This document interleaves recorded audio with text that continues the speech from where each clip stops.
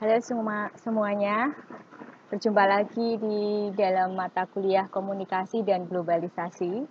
Hari ini saya ada di kandang macan sesuai permintaan Kurni, tapi mungkin ada suara-suara aneh ya. Situasi di kandang macan kalian pasti tahu seperti ini. Nah, hari ini kita akan bicara tentang kantor berita. Tapi di sini saya tidak akan mengulas topik isi yang sudah bisa kalian baca sendiri di dalam buku dan juga PowerPoint dari teman kelompok. Jadi saya akan menganalisis kantor berita dengan media sosial. Itu bagaimana? Karena itu yang ada sekarang ini. Media sosial itu muncul. Lalu apakah ini sebuah krisis? Nah, ini yang akan saya bicarakan di sini. Nah, sebelumnya sebenarnya ada dua masalah besar dengan kantor berita nasional lalu juga internasional. Terutama yang kantor berita internasional, masalah besarnya adalah mereka hanya memberitakan yang relevan untuk negara kolonial atau kalau kita pelajari kemarin adalah core nation dan juga negara adidaya. Dan yang kedua, masalah kedua adalah misalnya ada negara periferi yang diberitakan yang muncul hanya berita negatif. Yang kemarin kita ketahui ada bencana alam, kemudian ada tentang perang atau tentang penderitaan. Nah, itu dua masalah besarnya. Nah, di sini kita akan bicara kantor berita internasional yang memakai alat atau teknologi yaitu telegraf. Diawali dengan itu. Nah, berita itu tidak hanya berdiri sendiri. Mereka itu selalu bicara antara berita dan teknologi, selalu berkembang. Sebuah berita itu selalu berkembang penyebarannya dan memakai teknologi. Dan teknologi yang paling awal itu adalah telegraf. Kalau kalian tahu itu seperti kabel. Kemudian lama pengiriman berita itu, kalau dulu sebelum ada telegraf itu memakai seperti surat ya, tulis menulis. Mereka menulis mengirimkan berbulan-bulan, berminggu-minggu itu baru sampai, tapi kemudian ada penemuan dari telegraf dan juga kode Morse.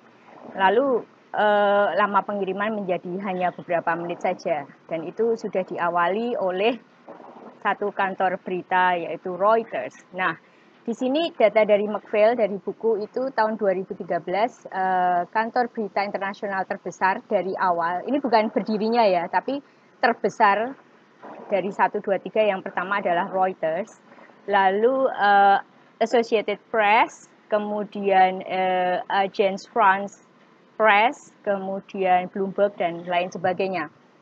Nah, ini akan saya bahas secara cepat satu persatu saja. Kalau Reuters itu berdirinya tahun 1851 di London di Inggris. Kemudian awalnya itu tentang berita bisnis, tapi kemudian juga mengcover tentang perang dan juga tentang politik atau pemilihan. Tapi ujung-ujungnya itu sebenarnya juga bisnis. Jadi mereka melihat bagaimana perang, kemudian siapa yang menang, kemudian bagaimana politiknya dalam sebuah permainan politik, siapa pemimpinnya. Nah, itu semua ada aspeknya akhirnya juga ke bisnis. Kemudian yang kedua adalah Associated Press, itu dari New York tahun 1846. Nah, menariknya di sini yang akan saya angkat adalah 100 tahun kemudian, 1 abad kemudian, yaitu tahun 1946, itu dia yang pertama kali mengkhususkan berita hanya untuk olahraga. Jadi kalau kalian sekarang bicara tentang sport news atau yang lain, nah dia sudah memulai itu tahun 46. Kemudian tahun 1994, itu dia yang tadi saya bicarakan tadi, berita itu tidak lepas dari teknologi. Nah, Associated Press itu malah sekalian menciptakan digital kamera, jadi kamera digital untuk wartawan, untuk jurnalis. Namanya AP News Camera, tulisannya ini angkanya 200 ya, seri 200. Lalu kalau ini kalian tahu dari benderanya, dari Perancis ya, ada di Paris, Agence to France Press, yang tertutup adalah France-nya. Tahun 1835, dan dia adalah premier yang mensuplai berita dari Asia, Afrika, dan Arab. Apa artinya ini? Nah, artinya adalah agensi ini sudah mulai memberitakan tentang negara-negara dari periferi. Salah satunya adalah tentang kematian Indira Gandhi, Perdana Menteri dari India. Nah, India itu kan juga bukan coronation, tapi diberitakan secara langsung juga oleh kantor berita ini. Dan juga menariknya, AFP itu mendirikan satu cabang agensi koresponden di mana Korea Utara, di Pyongyang. Kalian pasti tahu Pyongyang adalah di Korea Utara. Nah, itu sangat menarik sekali di tempat lokasi yang Anda lihat dari situasinya seperti ini, kaku, tertutup, tapi malah bisa mendirikan satu kantor berita. Ya, berarti apapun yang ada dari Korea bisa diberitakan oleh AFP ya, walaupun ada batas-batas tertentu. Dan itu sudah terjadi di tahun 2016. Dan di sini, loh kok ada saya ya? Ya, ini saya mau cerita tentang Bloomberg. Bloomberg itu ada di New York, USA. Ini bukan saya yang ada di USA tahun 81, tapi ini Bloomberg, satu kantor Bloomberg yang sempat saya singgahi, bukan di New York tapi di tempat lain. Nah, itu Bloomberg-nya sendiri tahun 81 itu ada di New York. Kemudian yang saya kunjungi itu waktu saya ke Harvard, di Harvard Business School di Boston, itu juga ada satu cabang kantor. Jadi Bloomberg itu bekerja sama dengan universitas untuk membuat atau rancangan berita dengan mahasiswa dan juga mereka memproduksi berita di situ. Jadi di Harvard itu ada gedung khusus tersendiri Bloomberg yang bergabung dengan library. Dan di sana ada banyak sekali alat-alat media yang biasa dilakukan oleh Bloomberg.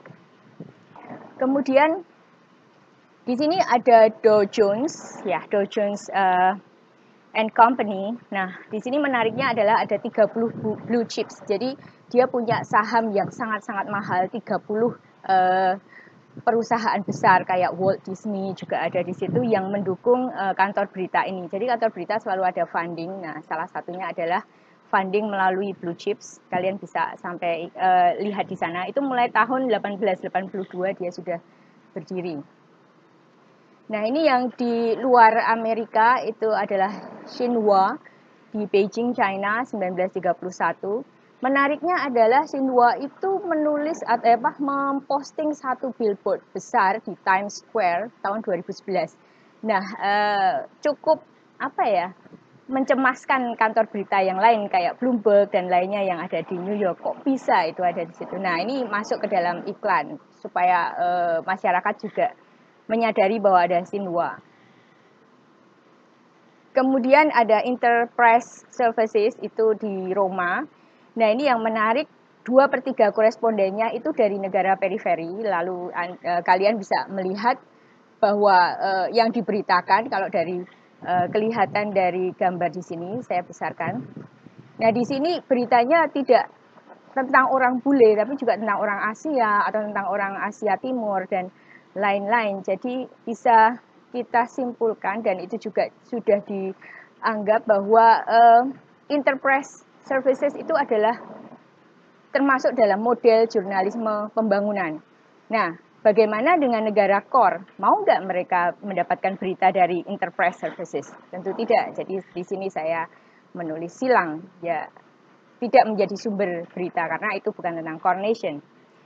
Nah, kenapa sampai sekarang itu ada Reuters, kemudian ada Associated Press dan lain-lain yang besar, lalu sampai bertahan dari 1800 itu bertahan sampai sekarang itu karena ada persyaratan ini yang mereka penuhi. Mereka cepat, akurat, berintegritas kayak Atma Jaya ya, netral, luas, berkualitas, komprehensif, terpercaya, dan inovatif. Itu masuk ke dalam teknologinya.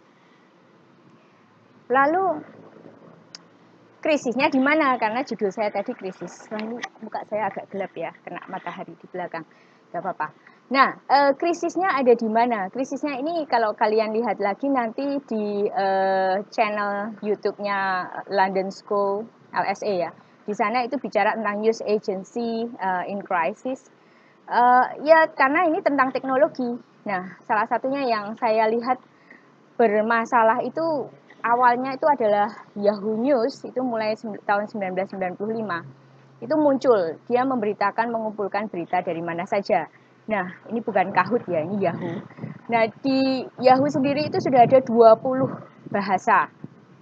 melayani 20 bahasa. Kemudian di tahun yang sama itu ada MSN. MSN itu Microsoft News ya, dari MS-nya. Jadi miliknya Microsoft. Di sana dia punya 28 plus bahasa. Kemudian Anda tahu ini dari 2002, logonya pasti tahu ya. Warnanya juga sangat khas, yaitu adalah Google News. Berapa bahasa? 40 lebih bahasa. Nah, ketika kantor berita lalu dilawankan dengan sebuah internet portal, kemudian dia juga masuk ke dalam aplikasi, kemudian masuk dalam media sosial, Twitter dan lain-lain. Bagaimana sebuah kantor berita bisa bertahan untuk tetap bisa cepat, karena kita sendiri juga bisa memberi berita dalam media sosial. Kita bercerita lewat Facebook, lewat apapun, kita menulis lewat blog sendiri, kita juga menulis. Bahkan apakah bisa dipertanyakan juga, apakah kita kurang akurat, apakah kita kurang berintegritas, ada yang lain. Nah, itu masih bisa kita analisis lagi, kita selidiki lagi, apakah memang beberapa hal yang disampaikan tadi sebagai kekuatan kantor berita itu bisa dikalahkan oleh media sosial atau berita-berita portal seperti ini, ya. Jadi kita pertanyakan sekarang, Quo Vadis News Agencies artinya adalah mau kemana kemudian kantor berita? Apakah mereka masih harus eksis atau sudah memang benar-benar dilawan atau dikalahkan oleh media sosial atau portal berita yang lain? Nah, itu bisa menjadi sebuah analisis tersendiri, ya. Dengan menunjukkan bukti-bukti berita apa saja yang bisa membuktikan ini tetap bisa berlangsung atau harus berinovasi dan yang lain. Terima kasih.